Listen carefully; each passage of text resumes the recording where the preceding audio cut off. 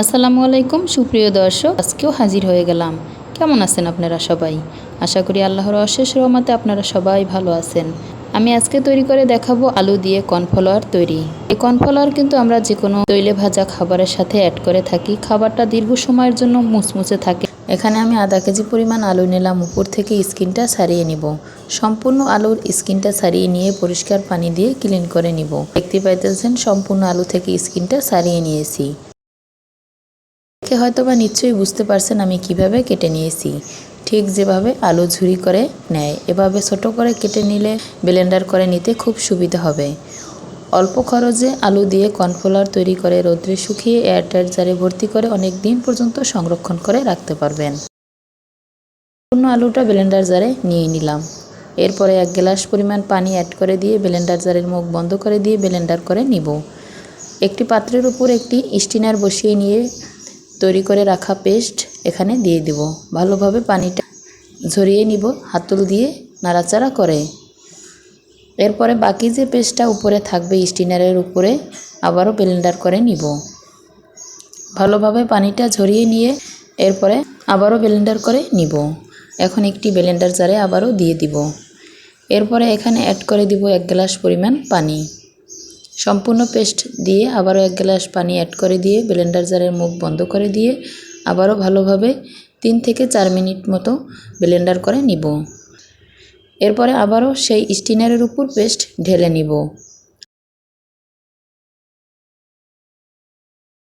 আবারও আলতো হাতে নাড়াচাড়া করে পেস্ট থেকে পানিটা নিচে ঝরিয়ে নিব। উপরে যে পেস্ট থাকবে সেটা পানিটা ভালোভাবে ঝরিয়ে নিয়ে সাইডে রেখে দিব। দেখতে পাইতেছেন এক পর্যায়ে কিন্তু পানিটা ঝরিয়ে নিয়েছি। যে পেস্ট আছে পেস্টটা একটি পাত্রে তুলে নিব।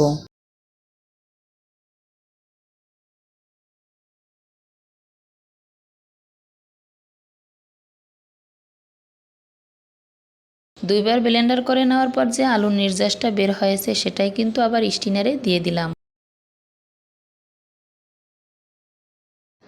এখন আলতো হাতে নাড়াচাড়া করে দুইবার ব্লেন্ডার করে নেওয়ার পরে যে পেস্টটা আছে একটি পাত্রে তুলে নিব।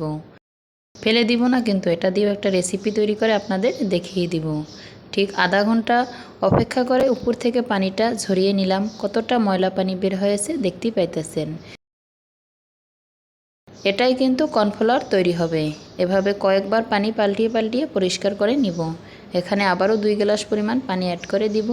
এরপরে হাত দিয়ে ভালোভাবে নাড়াচাড়া করে নিব। নিচের ময়লাটা উপরে ভেসে ওঠে।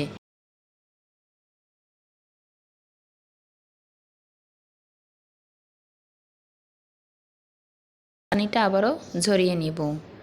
দেখতে পাইতেছেন পানিটা কিন্তু ঝরিয়ে নিলাম। আগের তুলনায় কিন্তু পানিটা খুব পরিষ্কার হয়েছে। আবারও 2 গ্লাস পরিমাণ পানি অ্যাড করে দিয়ে হাত দিয়ে নাড়াচাড়া করে রেস্টে রেখে দিব ঠিক আধা ঘন্টার জন্য। ঠিক আধা ঘন্টা পর আবারও পানিটা ঝরিয়ে নিব। সবার কাছে একটাই অনুরোধ, ভিডিওতে একটা লাইক দিয়ে দিবেন। আপনারা কিন্তু কমেন্ট করেন সুন্দর সুন্দর, কিন্তু লাইক দিতে ভুলে যান। অবশ্যই একটা লাইক দিয়ে ভিডিওটার সাথেই থাকবেন। লাইক দিলে আমার অনেকটাই উপকারে আসবে। আবারও এখানে 2 গ্লাস পরিমাণ পানি অ্যাড করে দিয়ে হাত দিয়ে নাড়াচাড়া করে রেখে দিব ঠিক আধা ঘন্টার জন্য। এখানে কিছুটা পেঁয়াজ কুচি, কাঁচামরিচ কুচি, আগের যে সেই আলুর পেস্ট এখানে অ্যাড করে দিব। এখানে আপনি 2 টেবিল চামচ পরিমাণ আটাও অ্যাড করে নিতে পারেন। আমি এখানে কিন্তু কিছুটা ডাল ব্লেন্ডার করে অ্যাড করে দিব। এরপরে সমস্ত উপকরণটা ভালোভাবে মেখে নিব। দিব স্বাদ মতো লবণ, হলুদ, মরিচের গুঁড়া। এরপরে উপকরণটা মেখে নিয়ে তৈলে ভেজে নিব।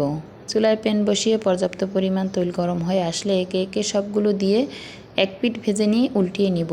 অন্য পিঠ ভেজে নিয়ে এখন দেখিয়ে দিলাম।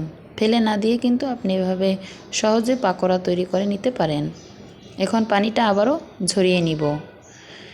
এরপরে দেখতেই পাইতেছেন খুব সুন্দর কিন্তু কালারটা চলে আসছে সাদা। হাতে সময় থাকলে কয়েকবার পানি পাল্টিয়ে পাল্টিয়ে নিলেই কিন্তু খুব বেশি সাদা হয় কর্নফ্লাওয়ারটা। আপনার মন ইচ্ছে মতো যে কয়বার ইচ্ছে আপনি পানি পাল্টিয়ে নেবেন, এতে করে কিন্তু কর্নফ্লাওয়ারটা খুব সাদা হবে। আমি এখন একটি পাত্রে সম্পূর্ণ কর্নফ্লাওয়ারটা তুলে নিব। এরপরে রোদ্রে শুকিয়ে নিব। আপনি চাইলে ফ্যানের বাতাসেও রেখে দিতে পারেন, এতেও কিন্তু কর্নফ্লাওয়ারটা খুব ভালো শুকিয়ে যাবে। কিন্তু রোদ্রে শুকিয়ে নিলে খুব ভালো হবে, অনেক দিন পর্যন্ত সংরক্ষণ করে রাখতে পারবেন। এখন রোদ্রে শুকিয়ে নেওয়ার পর এভাবে একটি চামচের সাহায্যে খুব সহজে তুলে নিলাম। এরপরে একটি স্টিনারে দিয়ে চেলে নিব, যাতে এই দানা দানা গুটি ভাবটা না থাকে। আমি কিন্তু হাতে একটু তুলে দেখিয়ে দিলাম, এভাবে একটু আলতো হাতে প্রেস করলেই কিন্তু খুব সহজে দানা ভাবটা চলে যায়। তবে স্টিনারে চেলে নিলে কিন্তু আরও সুন্দর হবে। আমি স্টিনারের উপর দিয়ে দিলাম, এখন আলতো হাতে চেলে নিব। আলতো হাতে চেলে নেওয়ার পর আপনি বুঝতেই পারবেন না যে এটা বাসায় তৈরি কর্নফ্লাওয়ার, মনে হবে একদম কেনা বাজারের কর্নফ্লাওয়ারের মতো। একটু কষ্ট করে আপনি তৈরি করে নিতে হবে। এখানে প্রায় 100 গ্রামের মতো কর্নফ্লাওয়ার হবে। বাজার থেকে এই 100 গ্রাম কর্নফ্লাওয়ার কিনে নিতে কিন্তু 60 থেকে 65 টাকা নিত, তবে আধা কেজি আলুর দাম কিন্তু এতটা না। এখন একটি পাত্রে পরিবেশন করে দেখিয়ে দিলাম, কতটা পারফেক্টভাবে তৈরি হয়েছে দেখে অবশ্যই বুঝতে পারছেন। আজকের ভিডিওটা যদি আপনার কাছে খুব বেশি ভালো লেগে যায় তবে চ্যানেলটি সাবস্ক্রাইব করে বেল আইকন অন করে রাখতে পারেন। এভাবে নিত্য নতুন ভিডিও সবার আগে আপনার কাছে পৌঁছে যাবে। একটি লাইক ও কমেন্ট করে আপনার মূল্যবান মতামত জানিয়ে দিতে পারেন। যে যেখান থেকে দেখছেন ভালো থাকবেন, সুস্থ থাকবেন। আল্লাহ হাফেজ।